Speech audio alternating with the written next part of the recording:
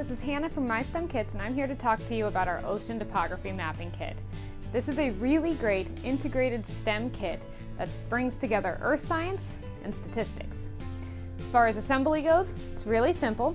You're going to print off two 20-sided dice, and as far as de-supporting goes, all you have to do is take a pair of pliers and break off the supports from the bottom of the dice. Once you've de-supported your dice, you'll then want to place one of our 7 ocean landforms into our ocean box. So the kit includes one of these boxes, but I highly suggest going into the individual parts and printing off 6 more boxes and lids. That way you can set this up as a classroom set. The students will then be able to go from station to station and try and determine which landform is under that section of ocean. Real oceanographers can't just look down to the depths of the ocean and immediately see what landform is under there. They have to actually do statistical analyses. They have to take data from various points, and based on that data, make informed decisions about what they think the topography beneath the ocean surface is. And we replicate that with this kit so that students can do the exact same thing. This creates familiarity with the ocean topography that students are required to know for their earth science, while giving a real-world scenario that ties directly to the statistics they have to learn. Now, if your students are prone to being students, you can take rubber bands and hold the lids on or tape them in place so that the students don't, peer inside and cheat.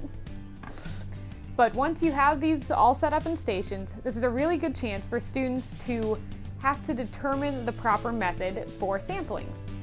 Now, when it comes to collecting data, it always comes down to money and resources.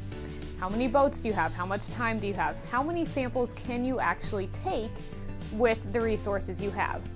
They might do cluster sampling, which involves breaking your grid, your selection of points, into groups and then randomly choosing a group.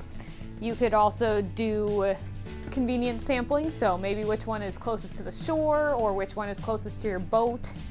You can do stratified random sampling. In this case, I have sampled one point from A through S, and I randomly chose with the dice included whether it should be in 1 through 19 for each of those spots. And then there's true random sampling, which I have demonstrated here, where you can roll both dice to randomly generate the points. And then I can go in and I can use a toothpick, which is what I have demonstrating here.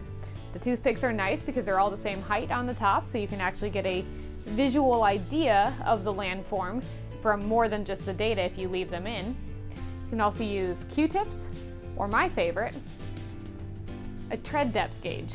I highly suggest going to your local auto parts store and picking up one of these for each of the boxes that you're going to have. This is a really accurate way to take samples, and you can find a kind that's thin enough or file them down so that it'll fit in the holes in the box. Then when you go to sample, you can push it down and just look and read the measurement right off the side. It's really easy. You can sample a lot of points quickly. All right, this one is only 12 millimeters. If I move to over here, let's see what I get. Oh, this one's much deeper, 22 millimeters. And I can take those measurements like that. Now, if you are using toothpicks and you push the toothpick down as far as it'll go, and then when it reaches the bottom, you line your nails up with where it lines up to the top of the box, and then you can pull it out and you have your measurement there. Simply line that up with a ruler, and this point was 15 millimeters deep. As you can see with this interdisciplinary kit, the students are going to be really engaged because they're solving a real-world problem. It's tied to an actual STEM career, and it's a hands-on exploration of both earth science and statistics. And I can't wait to see what you do with them in your classroom.